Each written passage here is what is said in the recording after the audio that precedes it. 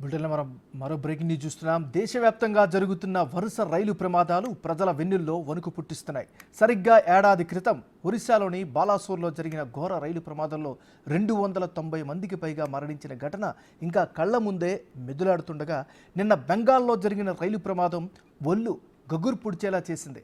Kanchenjunga express రైలు వెళ్తున్న ట్రాక్లోకి వచ్చిన goods రైలు వెనక నుంచి వేగంగా ఢీకొట్టడంతో ఘోర ప్రమాదం జరిగింది. ఈ ప్రమాదంలో 15 మంది చనిపోగా పలువురు గాయపడ్డారు. సిగ్నల్ జంప్ అయిన కారణంగానే ఈ ప్రమాదం జరిగినట్లు రైల్వే అధికారులు ప్రాథమికంగా అంచనాకు వచ్చారు.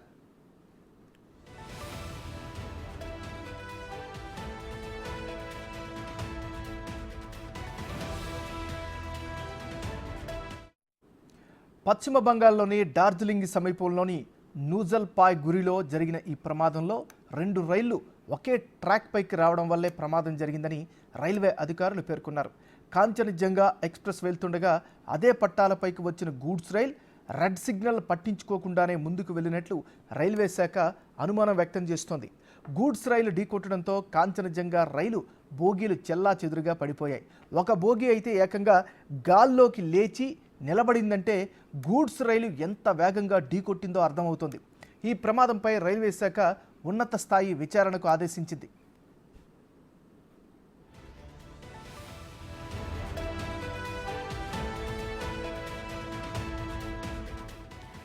ఈశాన్య భారతాన్ని మిగిలిన భారతదేశంతో కలిపే ఈ చికెన్ స్నెక్ మార్గంలో ఆటోమేటిక్ సిగ్నల్ సిస్టమ్ అందుబాటులో ఉంది.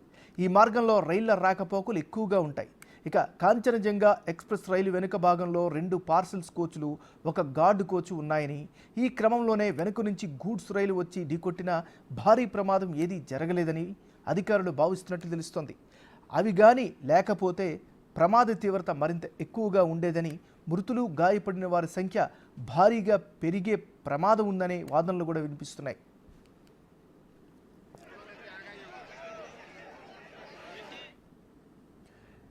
దేశవ్యాప్తంగా జరుగుతున్న వరుస రైలు ప్రమాదాలు ప్రజల వెన్నులో వణుకు పుట్టిస్తున్నాయి. సరిగ్గా ఏడాది క్రితం బాలాసోర్లో జరిగినటువంటి ఘోర ప్రమాదం మరవక ముందే మరో ప్రమాదం జరిగింది. ఇక రైలు ప్రమాదాలకు సంబంధించి మరింత తాజా సమాచారాన్ని మా రిపోర్టర్ శివ అందిస్తారు ఢిల్లీ నుంచి. శివ, చెప్పండి.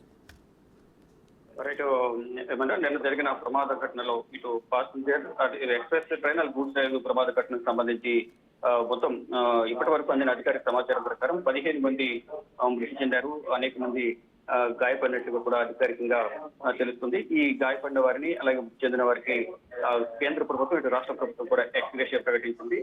నిన్న ప్రమాదం జరిగిన వెంటనే కేంద్ర రైల్వే శాఖ మంత్రి అశ్విని వైష్ణవ్ సంఘటనా స్థలానికి చేరుకుని అక్కడ పరిస్థితిని సమీక్షించారు. ఇప్పటికే బోగీలన్నీ కూడా రైల్వే ట్రాక్ పైన బోగీలను క్రెయిన్స్ తో పక్కకి క్లియర్ చేసినట్టుగా తెలుస్తోంది. ఇప్పుడు ఆ ట్రాక్స్ అని కూడా సెట్ చేసి ఈ రోజు లేదా రేపట్లోనే రైలు రాకపోకలకు సంబంధించి క్లియర్ చేసేందుకు రైల్వే శాఖ త్వరితగతిన ఏర్పాట్లు చేస్తుంది. ఇక నిన్న ఈ సహాయ చర్యలో పాల్గొనేందుకు ఎన్డీఆర్ఎఫ్ అలాగే